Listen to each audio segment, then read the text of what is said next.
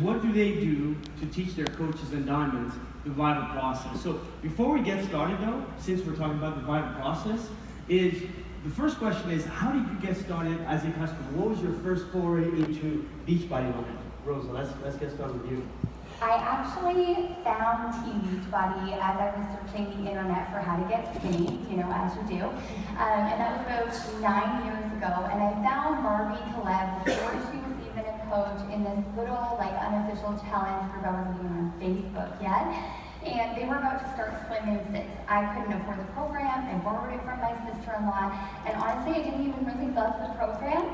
But that little group was so consistent. They were posting their nutrition. They were posting their workouts. And so I wanted to be one of the cool kids. And so I posted mine every day as well. And for the first time, I actually got results. 14 pounds in those 6 weeks. And continue to build that relationship with Barbie afterward. And the rest is history. And that's how you started as a coach. You haven't looked back since. Very cool. Emily?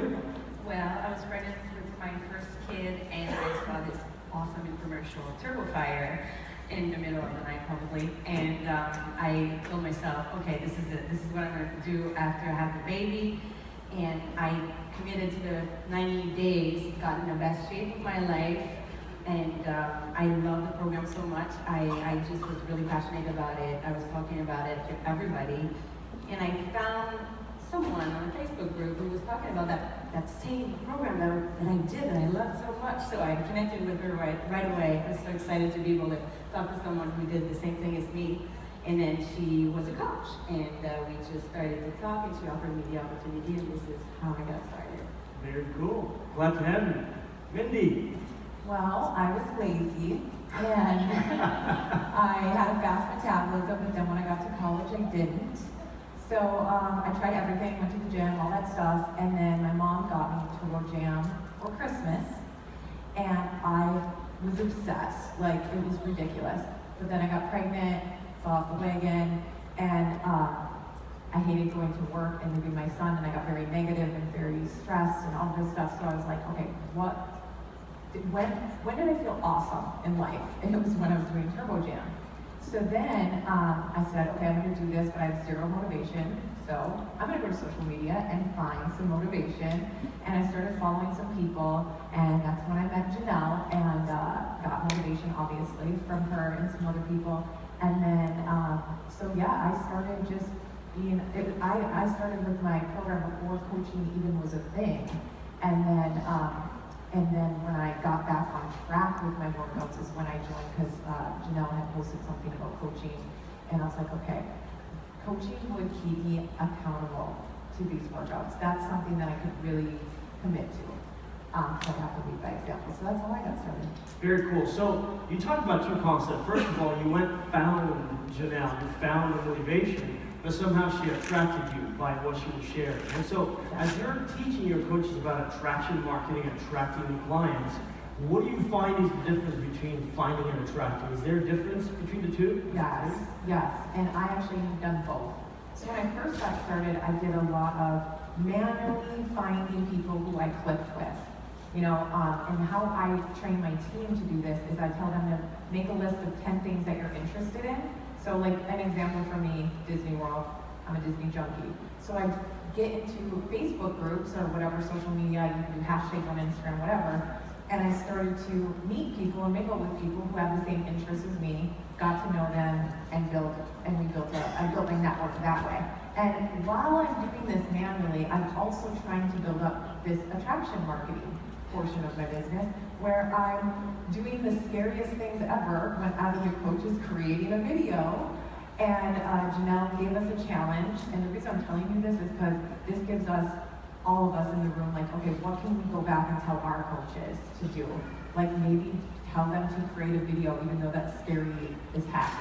And I did that. I made some videos, and then what would happen is those videos were working for me while I was asleep. People were coming to me and saying, I watched your YouTube video. And actually when I had my leaders at a table just last year, and I went around the room and said, how did you find me, how did you find me? And almost every single one of them found me from a YouTube video, which was cool. And some other ways also, of course, Facebook ads, but we all know Facebook is changing, so don't put all your eggs in one basket. And also you need to learn this, and we all need to learn other avenues, so we can train our teams to do other, Instagram and all that stuff.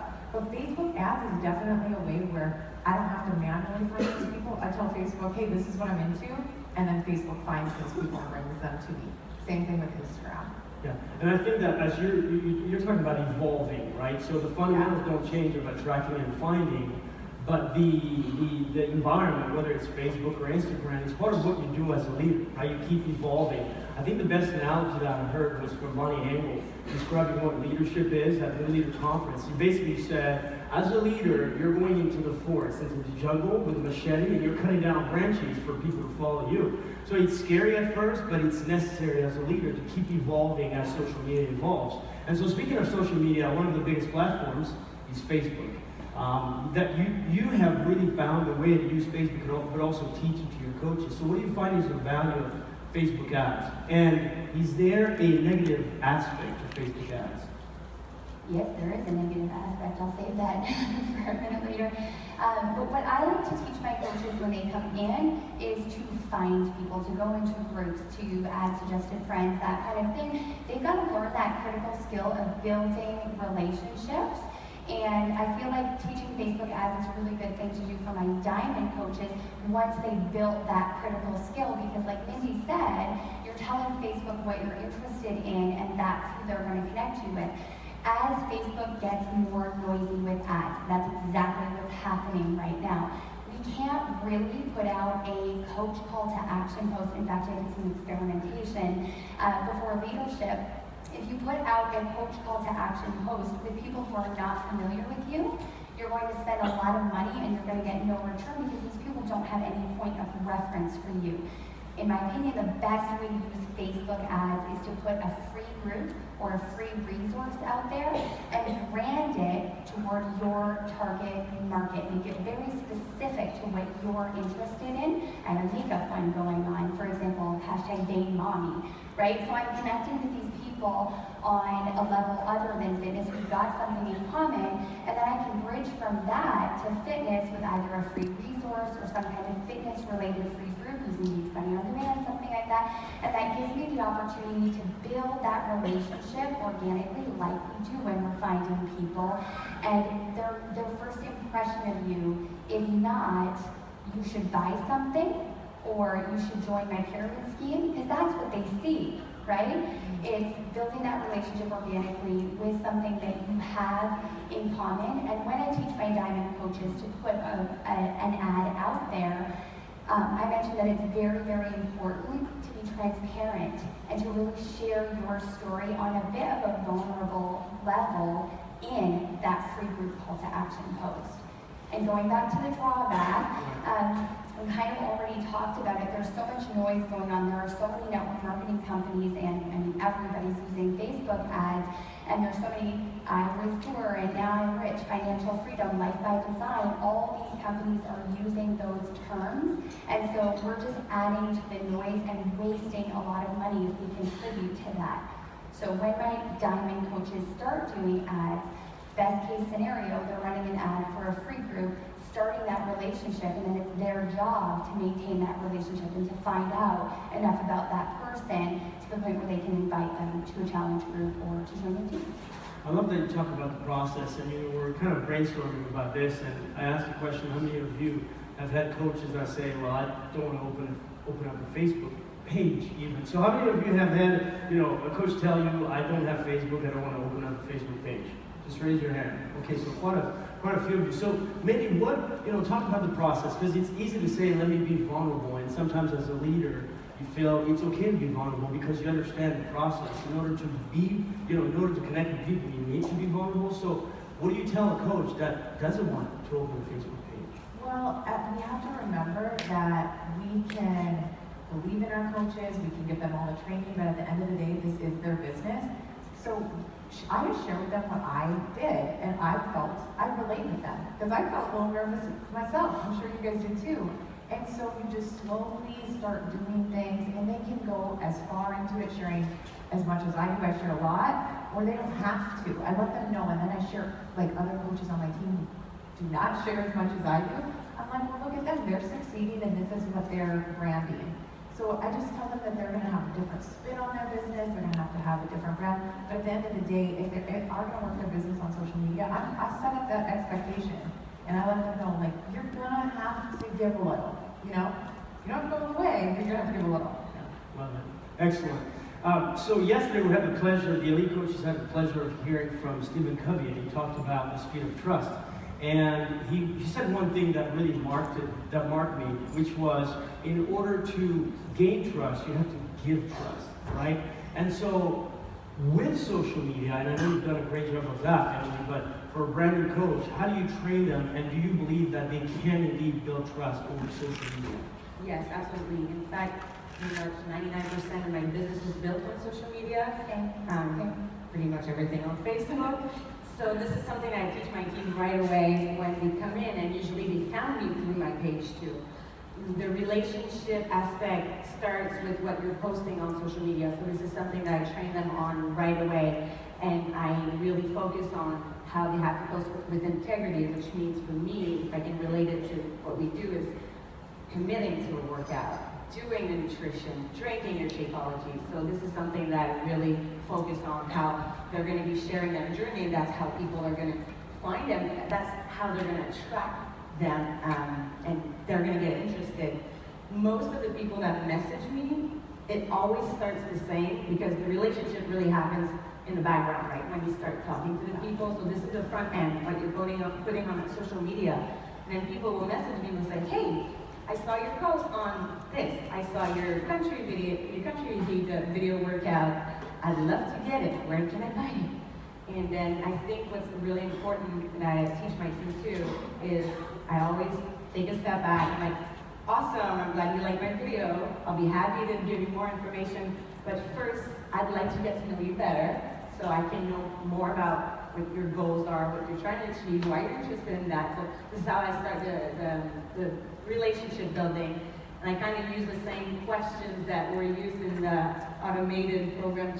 What they show you for Beachbody On Demand. Now you can choose your program. Yeah. So I have like a set of questions that I share with my team, like examples of things I should be asking. Like, so I want to know where people are coming from, where they are right now, where they want to go, how much time they have to work out, etc., etc. So this is really where I focus on building the relationship. And then another thing that I teach is adding value. Really, like, you have to be adding value on your page. This is when people know that they're gonna get something from having you as a coach, right? They get to know you. So through sharing your journey, your nutrition tips, your fitness tips, or just tips on life in general, that gives you credibility, and people know that when they get you as a coach, they will get that too with your help. And finally, consistency is something so important, because I've been there like on social media every day for 4 years almost now. So when someone's ready to message me, they know that I'm not going to run away. They know that I've been there. I've been very consistent with my content too, so they can come back to my page and they know that they're going to get what they're looking for. And yeah, that's pretty much what I teach my team. Yeah, I love that. So you mentioned some key pillars that you share with your team to talk about on a regular basis. You mentioned fitness, health, and life. So what does life look like? Their interests, what's happening in their life? Yeah, well, I focus a lot on branding. So for me, like, I'm a mom of 3, so obviously I share a lot of life as a mom, and just a lot of takeaways from personal development too. I like to, we think that everybody does that, but that's not true. So there's a lot of things that I learn with my personal development that I share with people, and they really enjoy those kinds of posts. And then it really builds trust. I'm very transparent, authentic. That's what I teach my team too. I love Facebook Live for that. This is so amazing that we get to go live. Like, this is personalized to the best. You know, you can't copy paste the Facebook Live. Yeah. Voice messages are great too. It's very focusing on the relationship and how we can help them. Love that.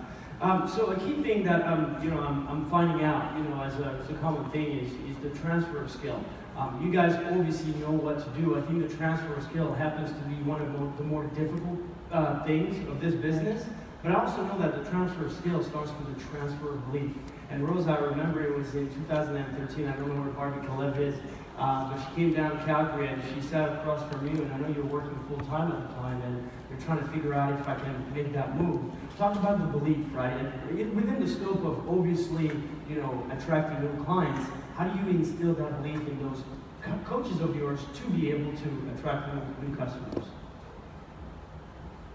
So what Barbie did for me, I watched her build her business for 5 years. She was so transparent. She was transparent about the hustle. She was transparent about the fact that she worked very, very hard. And that was a gift to me because I watched that for 5 years. I didn't just see the shiny things. I saw the hustle and I saw the hard work that she put in. Something that Amy Silverman said a couple of years ago that I've never forgotten is that when you're posting on social media, you're posting just as much to your team as you are to your prospects. You share the hustle, you share the hard work, and you also share those results. So that, instilling that belief happens long before they even become coaches because they're following and they're seeing, I'm a real person.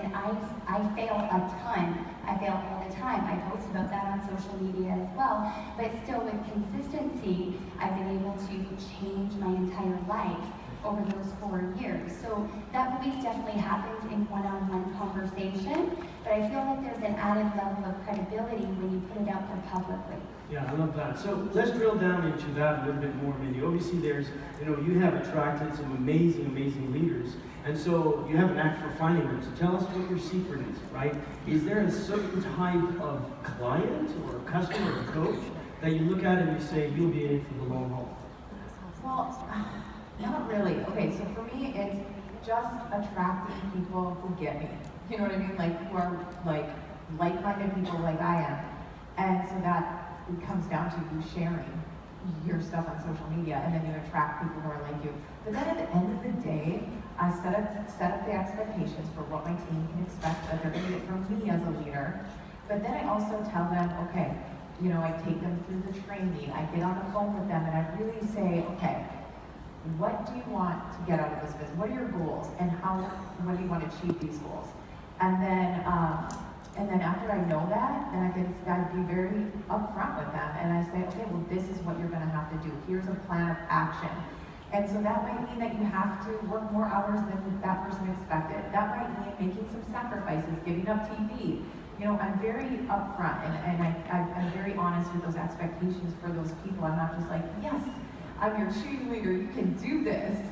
No, this is going to take some work if you want to do X, Y, and Z. So for me, going back to your question, it's just the people who run with it.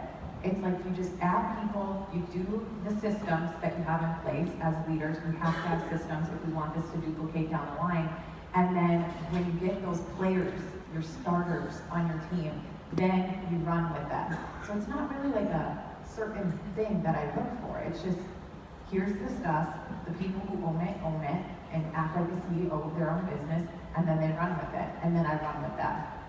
Right, and I think setting the bar is super important. You cannot be afraid, to your point, of setting the bar a little bit higher, right? Because if you're going to give your time, it's interesting. You're all mom of 3 kids. When you're a busy parent, your time is super valuable. So, as a busy parent, let's just wrap up with this. We talked at Summit about being true to the product's work. What do you think, Rosa, is the importance of that? As we come up with all these new programs all the time, what does that demonstrate to your clients that you will be attracting? I think the most important thing in terms of being a product of the product is to never stop being a product of the product. When a new program launches, you get into that program and you do it from start to finish. Because as you're consistently posting, and you're posting, this is why I love Snapchat, because you post all the raw and the real stuff. People see you going through this program. Maybe you don't particularly like one of the workouts, and you're honest about that, and you say that. But throughout the program, they see you getting results, and then they see you doing a different program and getting results. And again, that speaks to your team as much as it speaks to your prospects. You're training your team on what to do by doing it, and you're showing your prospects that this stuff actually really, really works. When I do that, it never fails. I always get more interest in that program than any program that I sporadically do or do a hybrid with. Excellent stuff. Well, listen, I love that there's multiple ways of building a business. Some key things that come back is the value, it's the building the trust, it's being vulnerable, but also having a process and being able to transfer that skill. Love what you guys have done. Thank you again for teaching us how to attract